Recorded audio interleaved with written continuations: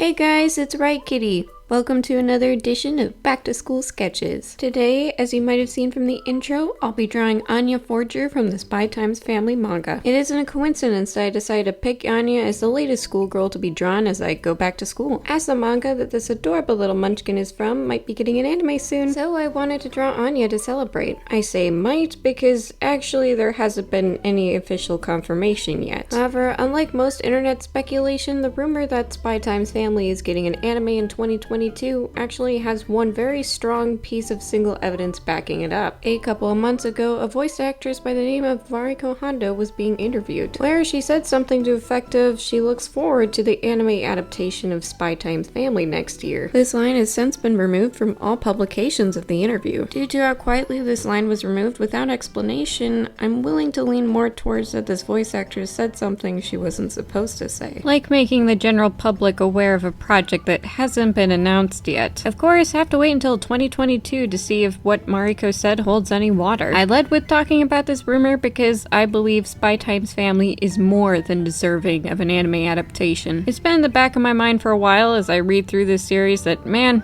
this would make an awesome anime. Spy Times family is about a fake family. The father is a spy, the mother an assassin, and the daughter is a telepath. And they also get a dog with future sight down the line. So no, the irony that they're called the Forgers is not lost on me whatsoever. They all come together as this fake family through a series of their own personal circumstances. Lloyd, or rather Twilight, need to get a wife and child in 7 days to enroll that child at an academy in order to make contact with the recluse of a target. While Yor, on the other hand, need to have a family, or at least a boyfriend, to not be arrested on suspicion so she can continue her assassin work. And Anya, well, she wanted something she had never had before. A family. And, well, entertainment. Despite lying through their teeth about who they actually are and how much they actually care for each other, I really love this family. They're just so gosh darn cute together. The action and spy thriller bits combined with romantic comedy elements makes for an amusing and hilarious time with the Forger family. With all of these cute family moments, it's easy to forget the reality of the world they're living in, which the manga occasionally reminds you of, sometimes with the subtlety of a sledgehammer. All to keep you on your toes and reminded of the existential dread that it's not a question of if something bad will happen to them, it's a question of when. There are probably thousands of possible scenarios existing about how this family will be ripped apart piece by piece, including but not limited to the possibility that Spy Times family, well, all Mr. and Mrs. Smith and Yor and Lloyd would be ordered to kill each other. Even with the dread of that thin layer of peace crashing down upon everything, this is an entertaining ride for sure. And Spy Times family is one of the only instances I can think of where I read it on digital and I liked it so much I went out to buy the physical copy. I also have read this single physical copy of Volume 1 multiple times, and I really need to get on buying more physical copies of Spy Times family. So yeah, it really is a good series, and I highly recommend it. It's one of the few series in recent memories where I'm completely engrossed in the plots and the story and the characters. Speaking of which, Anya Forger is definitely a character I am entertained by. She can be super sweet and loving, she can also be kind of dumb, and she can also be kind of a brat, but never to the point where it's too overbearing, making her seem like a more typical kid who just happens to have telepath powers. I mean, what typical kid who doesn't like to study wouldn't want to read off their classmate's mind and cheat? Although they're written to be not too overpowered, as Anya can get very easily overwhelmed in a crowded and loud environment, and apparently her powers just go away every full moon. So I guess kind of like the opposite effect of a werewolf, where it takes her powers away instead of giving them. However, it seems like due to this, she came off as creepy to some people, and she's actually been returned 4 times before Lloyd picked her up. So in all actuality, Yor and Lloyd are probably the first people who've actually tried to take care of her and understand her. And due to how she seemed to have loosened up and relaxed over the course of the series, I'm thinking it's safe to say that those foster homes didn't last more than a couple months. So it's actually very heartwarming to see Anya have some semblance of a normal family life. Though normal is kind of an exaggeration when your new father is a spy and your new mother is an assassin. Despite knowing who her fake family immediately is right from the get-go because of the whole reading minds thing, Anya does everything in her power to keep them together. She's actually indirectly saved her father from a horrible exploded fate. She's also kind of failed and succeeded at the same time at thwarting someone's attempts to enact vengeance upon York. And in the chapters that I'm reading right now, she's actually trying to distract Twilight from seeing York doing her assassin thing. Who knows how well that will work out though, because at the time of recording this, I've actually caught up with Spy Time's family, and that part of the story hasn't happened yet, so the series is far from being over, especially since her fake dad has only now just introduced himself to his target. Jeez, this dude gives me the heebie-jeebies. Either he's on something 24/7 or he's seen some stuff. Anyway, since Anya puts so much effort into keeping them together, I do think that she cares for them and maybe even loves them. After all, why try so hard for people you don't care about? Or for people you're just using for entertainment purposes? Which is why Anya initially wanted Lloyd to pick her, and why she initially created a scene to get Yor to be her new fake mom. Who would have thunk it that there would be character development for a 6-year-old in a romantic comedy series? But Anya is still a little kid who makes a lot of mistakes. She's not exactly good at school or sports, and well, sometimes she just does dumb stuff. Like in one recent chapter, she played a game of Old Maid with her classmates because she was told that some macarons were supposed to make you smarter. So yeah, despite being a telepath, Anya gives off the vibe of a real kid. And I wouldn't be surprised if Tatsuya, the guy who writes the story, actually had children of his own, or maybe a younger sibling or something. Since I see quite a few little kids in fiction written to be too sweet or too bratty, when really, a little kid is a combination of both, because they're still trying to figure out who they are. As for Anya and her family's future, I hope Tatsuya gets the proper time he needs to,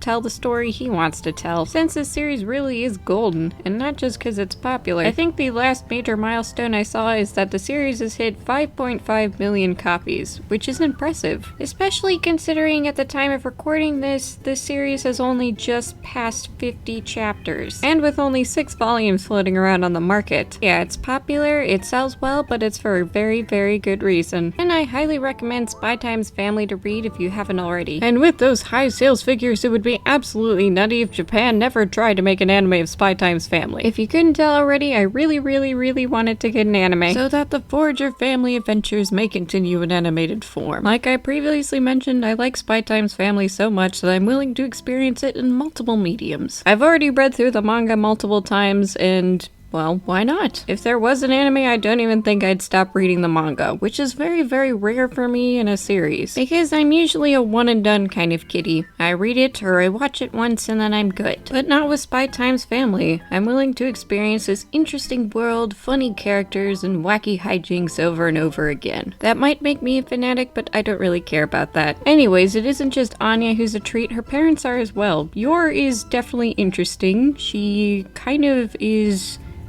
crazy, but in an entertaining sort of fashion. Lloyd, on the other hand, is much more serious, but he still has his funny moments. The relationship between Anya and Lloyd is perhaps the best relationship in this manga. He does care about her to a fault. Even though she's not his real daughter, he even rents out an entire castle and an entire legion of agents just for her. Honestly though, most relationships in this manga are either wholesome, fantastic, or hysterical. Like Yor's brother Yuri, who is, he's a bit overprotective of his sister and is super jealous of Lloyd. Just Lloyd and Anya are my favorite relationship. They're so cute. However, all of their adventures are equally adorable and wholesome and pretty awesome. I really cannot recommend this manga more highly than I already have already, so I'll just say it's super entertaining. I love it. I'm probably a Spy Time's family addict. And with that, looks like my past self is finishing this drawing up in the background. I hope I was able to capture Anya's adorableness in this sketch. So take it away, past self, as I go back to the homework grind. I really hope to get more content out soon for you guys, so thus, a very hyped up Riot Kitty is signing out.